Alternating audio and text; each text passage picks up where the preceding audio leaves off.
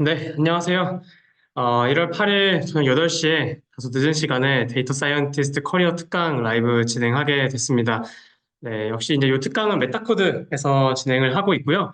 여러분들 메타코드 이거 말고도 다른 좋은 라이브 커리어 특강 유료 강의들 커뮤니티들 많으니까 많이 참여해 주시고 찾아와 주셔서 감사합니다. 네, 귀한 시간 내주셔서 정말 감사드립니다. 네, 그럼 바로 진행을 해 보도록 하겠습니다.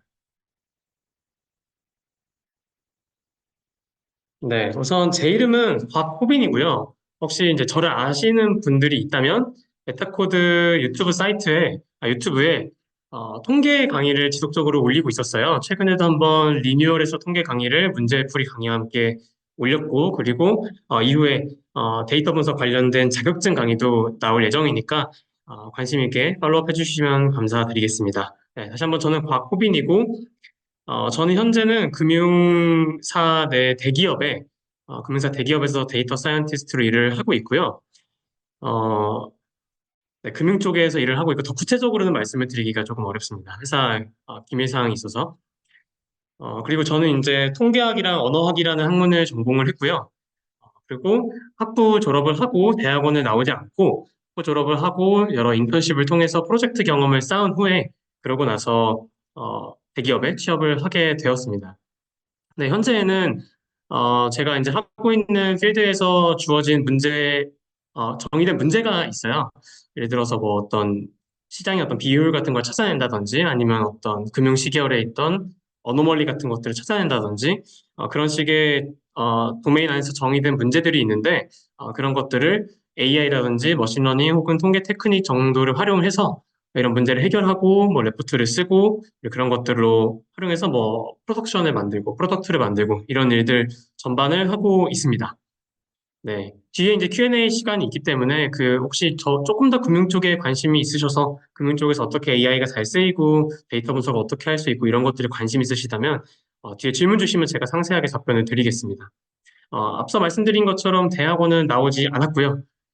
저도 물론 한때 이제 이 취업을 하기 전에 대학원 정말 진심으로 고민을 많이 했어요. 저는 사실 근데 이거 뒤에서 상수를 하겠습니다. 대학원이란 게 크게 중요하지 않을 수 있다 하는 내용으로 뒤에 또 다시 한번 설명을 드리겠습니다. 네, 여러분들이 흔히 이제 이 데이터 분석을 접하시는 분들이 데이터 분석가와 데이터 사이언티스트 내진 데이터 엔지니어 이런 용어들을 접하다 보면은 헷갈리실 것 같아요. 그러니까 데이터 분석가는 뭐고 데이터 사이언티스트는 뭐 어떤 직무고 둘은 어떻게 다르고 이게 참 나누기가 진짜 애매한데 회사에서 그 비즈니스 이 인더스트리 안에서 이 두 직군을 바라보는 결정적인 차이는 제 생각엔 모델링을 할 수 있느냐 없느냐. 데이터 분석가는 기본적으로 모델을 사용하더라도 어, 확률 분포 정도의 통계 모델을 생각하시면 될 거예요. 혹은 이 데이터가 어떤 확률 모델을 기반하고 있으니 이러한 분석 기법이 적당하겠다 정도를 판단을 하고 분석을 하고 시각화 위주의 작업을 하게 되는 게 이 데이터 분석가 직종입니다. 그래서 데이터 분석가라고 한다면 가장 먼저 떠오르는 툴은 아무래도 태블로예요.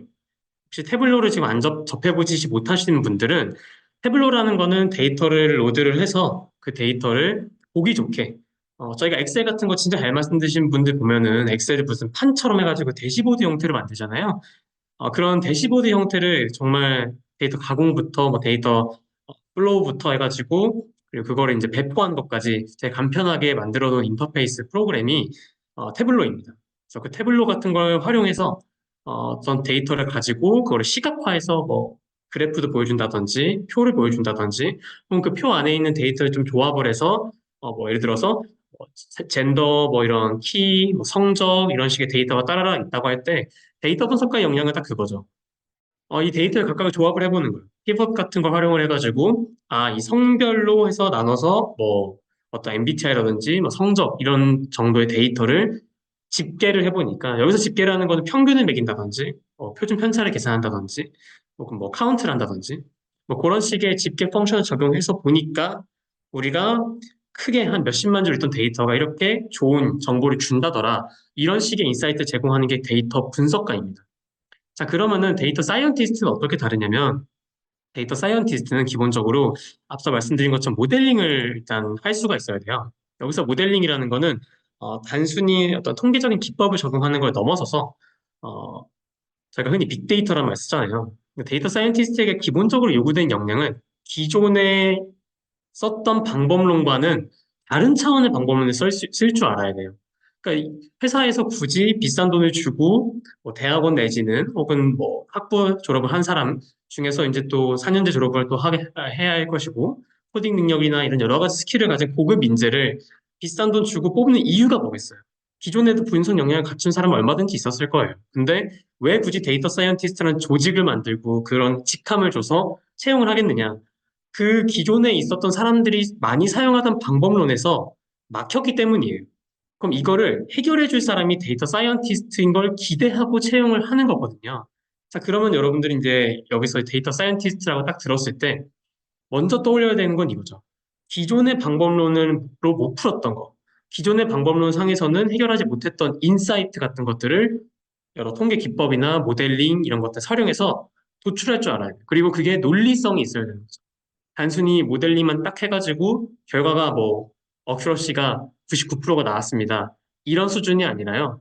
회사에서 여러분들께 기대하는 거는 완전히 다른 혹은 한 차원 높은 혹은 또 신선한 그런 인사이트를 줄 수 있는 알고리즘을 제공하는 거 오케이. 그리고 우리는 그 회사 입장에서는요. 우리는 기존의 입장이니까 기존 인력의 사고를 가지고 있는 사람이기 때문에 너네들이 와서 이런 모델들을 만들고 팬시한 결과물 만드는 거 오케이. 그리고 이거를 우리가 기존의 비즈니스의 사고에서 어떻게 활용할 수 있는지를 알려줘. 요게 이 데이터 직군에게 기대하는 어떤 역량의 핵심적인 겁니다. 그래서 데이터 분석가라고 하면 정리하자면 시각화를 정말 잘할 줄 알아야 되고요. 일종의 엑셀로 대시보드를 정말 잘 만든다. 이러면은 데이터 분석가로서 역량은 최고라고 생각을 합니다. 그리고 어떤 엄청 GPU 자원이나 컴퓨터 자원이 많이 소모되는 통계 모델이나 데이터 마이닝 모델보다는 기존의 방식을 사용하더라도 데이터 간 조합을 통해서 인사이트 도출할 수 있는 거. 그리고 거기서 스토리텔링까지 할 수 있는 베스트죠. 데이터 분석가는 좀 기획적인 영역도 있을 수 있어야 돼요. 그래서 뭐 이 도메인을 봤을 때 내가 여기서 이런 인사이트를 얻을 수 있을 것 같다. 이런 가설을 세우고 그 가설을 뒷받침하는 그래프나 이런 것들을 사람들이 딱 보기 좋게 의사결정을 할 수 있는 사람이 정말 딱 보기 좋게 이 의사결정을 지원하는 게 데이터 분석가고요. 데이터 사이언티스트는 앞서 말씀드린 것처럼 일종의 브랜드 뉴. 그러니까 기존에 있었던 방법론이나 기존에 있었던 통계적인 분석 결과 말고 그걸 넘어서서 줄 수 있는 인사이트 같은 것들 있죠. 그런 것들 뭐 얼마든지 뭐 데이터 마이닝 기법을 사용하면 그런 인사이트를 줄 수 있는데 뭐 그런 것들을 기대하게 되는 게 이 데이터 사이언티스트다. 이렇게 정리를 드리겠습니다. 네, 그러면 이제 많은 분들이 이제 이 커리어 특강 자체가 데이터 사이언티스트 커리어 특강이기 때문에 데이터 사이언티스트로 결국 여러분들 취업을 하고 싶으신 분들이 여기를 들어오셨을 거라 생각을 합니다. 물론 뭐 학계로 가고 싶으신 분들도 있겠습니다만 그건 정말 자명하죠. 그냥 커리어 패스가 자명한데 데이터 사이언티스트로 취업을 하고 싶을 때 이제 필요한 것들은 어떤 것들인지 한번 살펴보도록 할게요. 먼저 이 코딩 공부가 어느 정도가 필요한지 처음 코딩을 접하신 분들은 그 깊이가 어느 정도까지 가야 될지가 애매하실 거예요.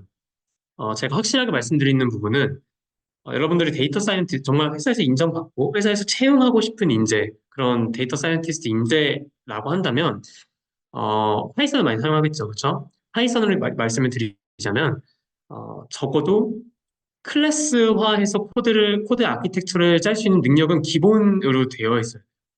그러니까 단순히 함수를 나열해서 변수들을 막 주고받고 이런 정도의 문제가 아니라 어, 코드를 약간 정말 그 파이썬의 특징 중에 하나인 객체 지향형으로 짤 수 있어야 되고 이거를 하나의 균일한 프로젝트로서 관리할 수 있을 정도의 코딩 능력이 필요해요.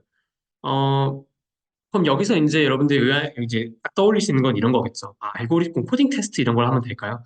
코딩 테스트 공부는 딱 기본 정도만 하시면 될 것 같아요. 정말 백엔드 개발자들이 하는 것처럼 높은 수준의 코딩 테스트까지 갈 필요가 없고요. 오히려 데이터 사이언티스트는 그런 효율적인 코딩 능력보다 모델링 능력이 훨씬 더 중요해요. 제가 말씀드리는 거는 여러분들이 어떤 모델링을 하게 되면 하나의 프로젝트를 하게 되는 거잖아요. 그 프로젝트를 코드 단에서 이 클래스 단위로 컨트롤할 수 있는 능력이 있어야 돼요. 이런 걸 어떻게 파악을 하느냐? GitHub 가보세요. GitHub 가보셔서 여러분들이 그냥 풀고 싶은 문제를 적어보는 거죠.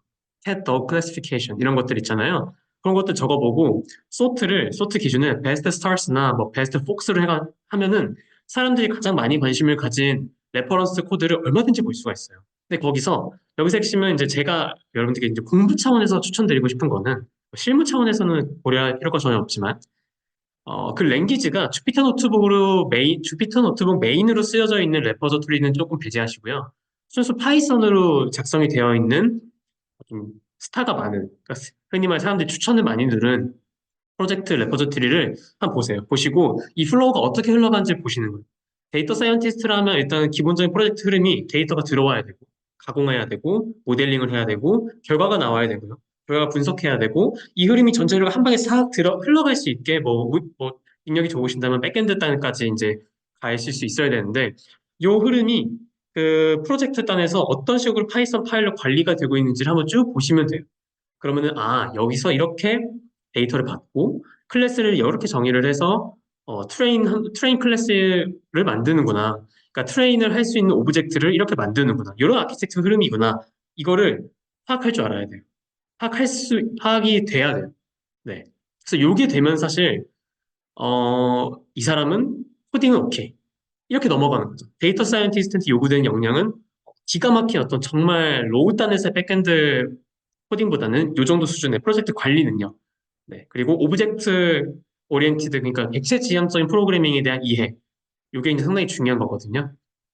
그리고 이제 클래스까지 이제 여러분들 공부하시다 보면 자연스럽게 뭐 메서드나 뭐 그런 어트리뷰트나 혹은 뭐 조금 더 간다면 이제 데코레이터라든지 이런 것들도 공부를 할 수밖에 없어요. 왜냐면 정말 좋은 그 GitHub 레포지토리에 가보면 다 그런 식으로 코드가 짜여져 있습니다. 그래서 그런 것들 하나하나 천천히 흡수하시는 게 가장 중요하다라고 말씀을 드리고 싶습니다. 실무에는 어떻게 이런 게 쓰이느냐? 이거 사실 제가 녹여서 말씀을 드렸지만 다 이제 클래스화해서 이제 관리를 하게 되고요. 그리고 실무에서 이런 것도 있었어요. 제가 이제 실무를 이제 해보면서 뭐 동료 데이터 사이언티스트나 데이터 분석가분들과 얘기를 하고 협업을 하다 보면 이게 코드가 거슬리는 게 종종 있어요. 그러니까 어떤 분이 제가 호비님이 맡을 프로젝트를 앞서서 해왔습니다. 해왔고 인수인계 해드릴게요 하고 제가 코드를 받으면 이게 말이 안 돼요. 그러니까 너무 코드가 비효율적이고, 코드가 비효율적이다 보니까 연산량이 많아지고 또 제 머리의 연산량도 많아지는 거죠. 이 아키텍처들 어떤 흐름으로 가고 있는지. 일을 두 번 하는 거잖아요.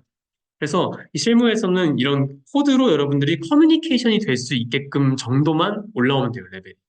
그래서 뭐 데코레이터는 뭐고, 클래스는 뭐고, 상사가 야, 이거 이런 식으로 코드를 바꿔봐. 하면 바로 알아들을 수 있고, 혹은 여러분들도 그 동료들과 커뮤니케이션 하기 좋은 아키텍처가 뭔지를 알게 되는 거죠. 이것도 상당히 중요한 거죠. 네. 동료 개발자, 동료 데이터 사이언티스트, 혹은 동료 데이터 분석가가 일을 하기 편하게 내가 코드를 짤 수 있는 거.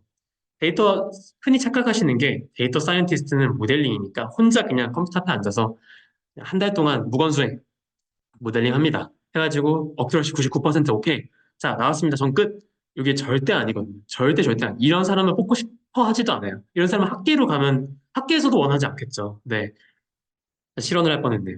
어쨌든 산업계에서는 특히 협업이 중요하기 때문에 여러분들이 코드로 대화를 할 수 있어야 되는 그 능력. 그러니까 코드를 이해할 수 있어야 될 뿐더러 코드의 어떤 요구를 여러분들이 수용해서 그걸 구현할 수 있어야 되고, 그리고 커뮤니케이션 하기 원활한 코드 아키텍처를 설계할 수 있는. 요게 이제 여러분들이 코딩 공부를 해야 되는 지향점이다. 제가 말씀드리고 싶습니다. 자, 그리고 두 번째로 많이 이제 하는 질문이 사실 데이터 사이언티스트가 하고 싶어서 인터넷 강의 딱 등록을 하면요.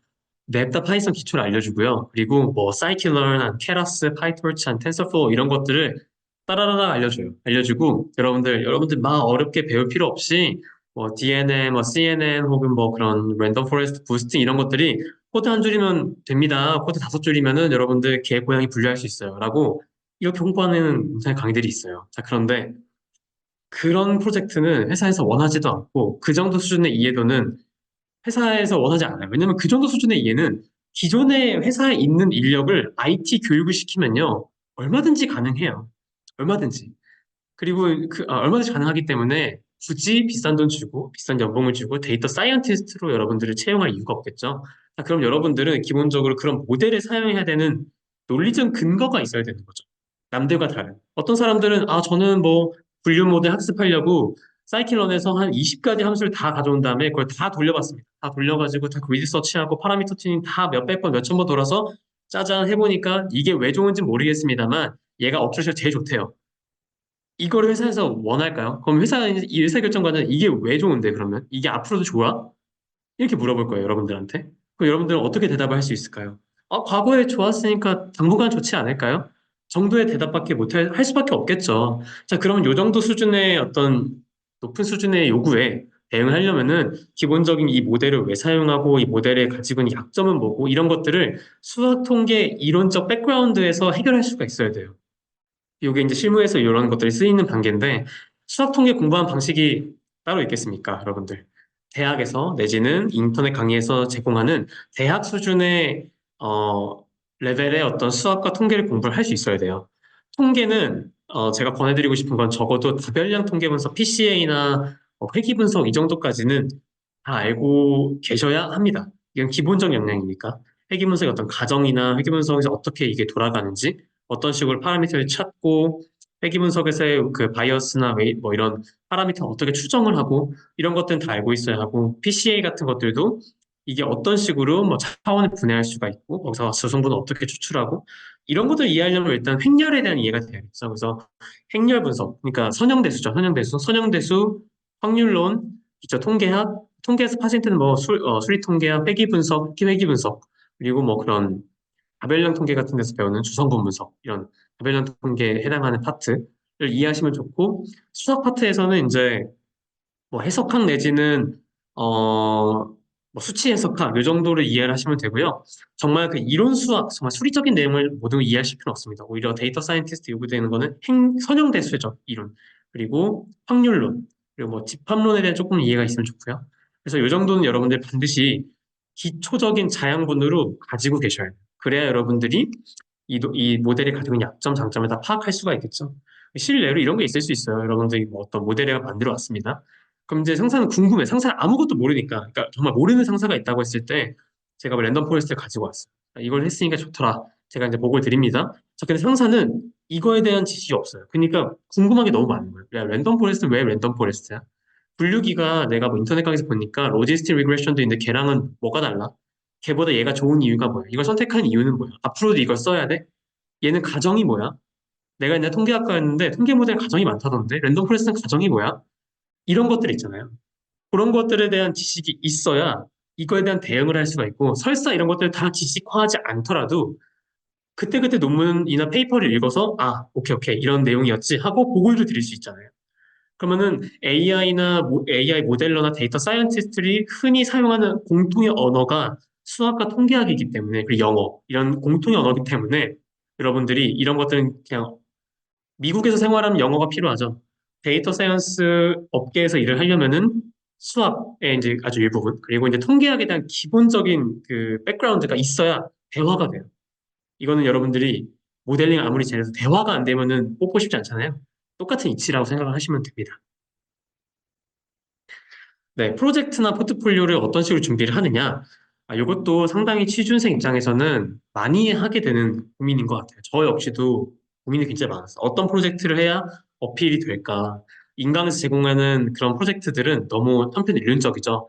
뭐, 고양이 뭐 이런 분류라든지 아니면 뭐 그런 흔한 벤치마크 이미지 데이터셋을 사용한다든지 뭐 되게 솔직히, 실무자 입장에서 면접을 보는데 자소서에 이제 그런 것들이 있다라고 하면은, 별로 보고 싶지도 않아요. 왜냐면은 거기서 얻을 수 있는 인사이트가 전혀 없기 때문에. 자, 그러면은 여러분들이 이제 지향해야 되는 포트폴리오 프로젝트는 어떤 식이냐? 제 전략은 이거였어요. 산업군을 타겟팅하는 게 좋아요. 왜냐면 산업군마다 원하는 방향이 다르거든요. 걔네들이 원하는 어떤 분야도 다르고 해결해줬으면 하는 문제 영역도 다르고요. 그리고 뭐 어떤 영역에서는 우리는 성능만 좋으면 돼. 이런 영역이 있어요. 우린 오케이. 우리는 뭐 고객이 막 이런 모델에 대해서 질의를 하는 환경이 아니기 때문에 성능이 정말 기깔나면 오케이. 인 업무가 있고요. 어떤 업무는 성능이 좀 떨어지더라도 모델의 설명성이 필요해.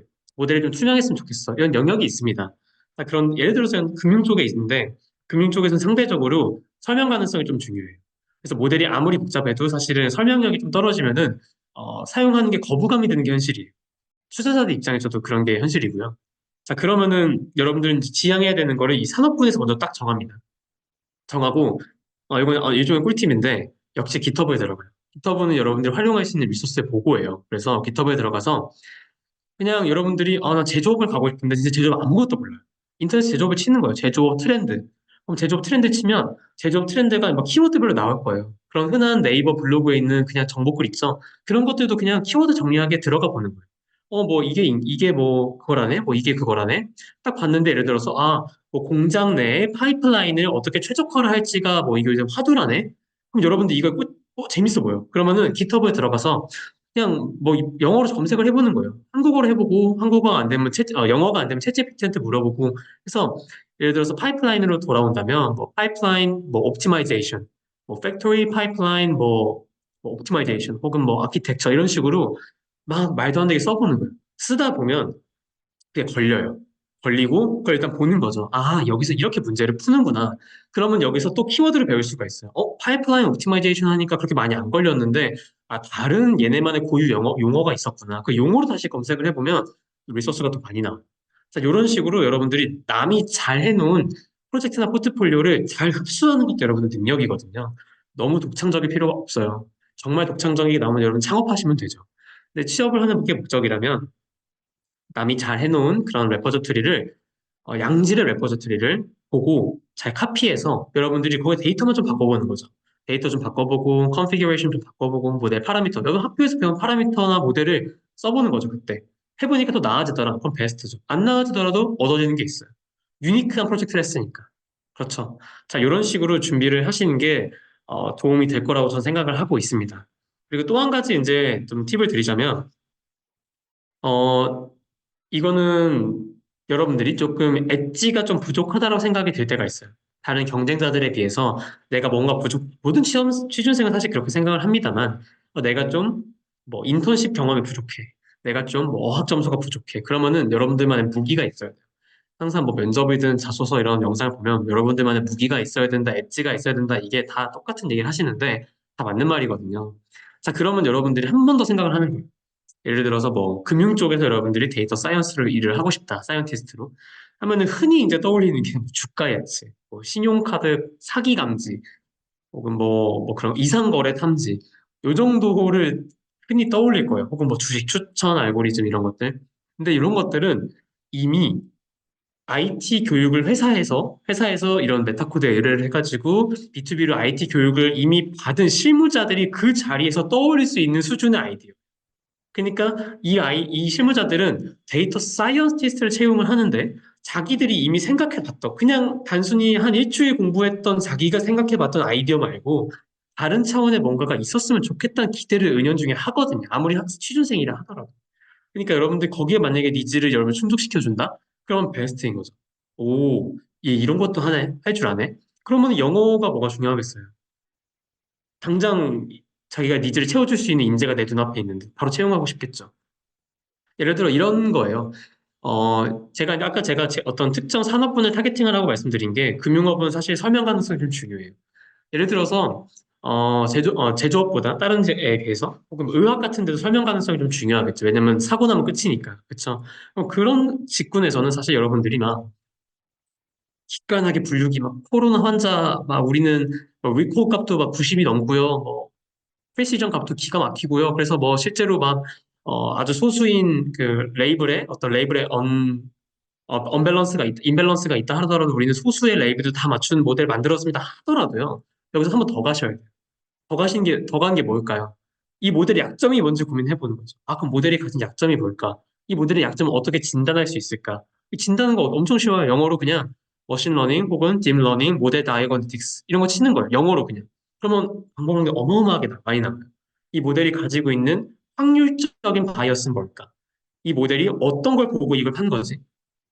공부 좀 해보신 분들은 사실 이미지 데이터셋 같은 거 할 때 이런 거 있을 수 있어요. 예를 들어서 뭐 이 분류기가 정말 페어한 프리딕션을 하는지. 예를 들어서 돼지를 맞추는데 돼지와 뭐 이런 동물들을 분류한다 가정을 해볼게요. 근데 돼지를 맞춰야 되는데 돼지를 맞추는데 이 모델이 여러분 생각하시는 건 돼지를 어디를 보고 돼지를 생각할 것 같아요. 여러 포유류들이 있을 때. 그 약간 말려있는 꼬리라든지 독특한 코. 혹은 뭐 짧은 귀, 요 정도를 떠올리지 않을까요?